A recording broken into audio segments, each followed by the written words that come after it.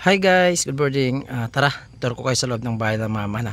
So ngayong araw guys, si mama lang po yung tao dito. And of course, dalawa lang sila ni papa ang nakatira dito ngayon guys. Kasi bunso namin kapatid na sa Manila pa. And kami, nagbukod na kami ng sarili naming bahay. So dati guys, ito yung kwarto namin mag-asawa no. So tara, pasok tayo. Ipapakita ko sa inyo ilang kwarto po ang loob nito guys. And ito po yung simpleng sala namin guys. Yung mga gamit dito is hindi pa po ito bayad no, so hindi pa po siya fully tawag dito tawag dito floor mat floor mat. Ayan, ito po yung mumurahing sala ni mama na salasit ni mama. Siyempre ito yung aming bintana, so maganda dito yung pink, ito yung green at naka ano po ito guys, skim coat tawag ba dyan, tapos naka double wall plywood, tapos pininturahan lang.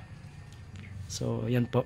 Dito naman na side guys, ito yung kwarto ng kapatid ko guys. Yan, kung yung makikita yon, kwarto ng kapatid ko dyan dati. Lagayan ng mga lumang sapatos namin no. Ito yung kwarto namin dati. So ngayon guys, ito yung harap ng aming sala no. Ito yung divider na binili ko na cash, syempre kasi ayaw ko ng utang. Pero sa mama gusto na magkagamit na galing sa kanila, so nag-utang sila.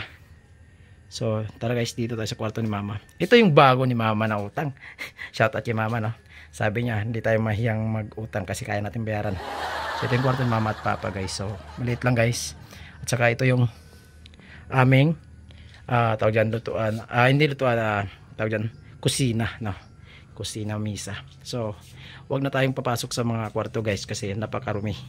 Kasi wala ng tao. Para na siyang bodega. So what's up mga idol.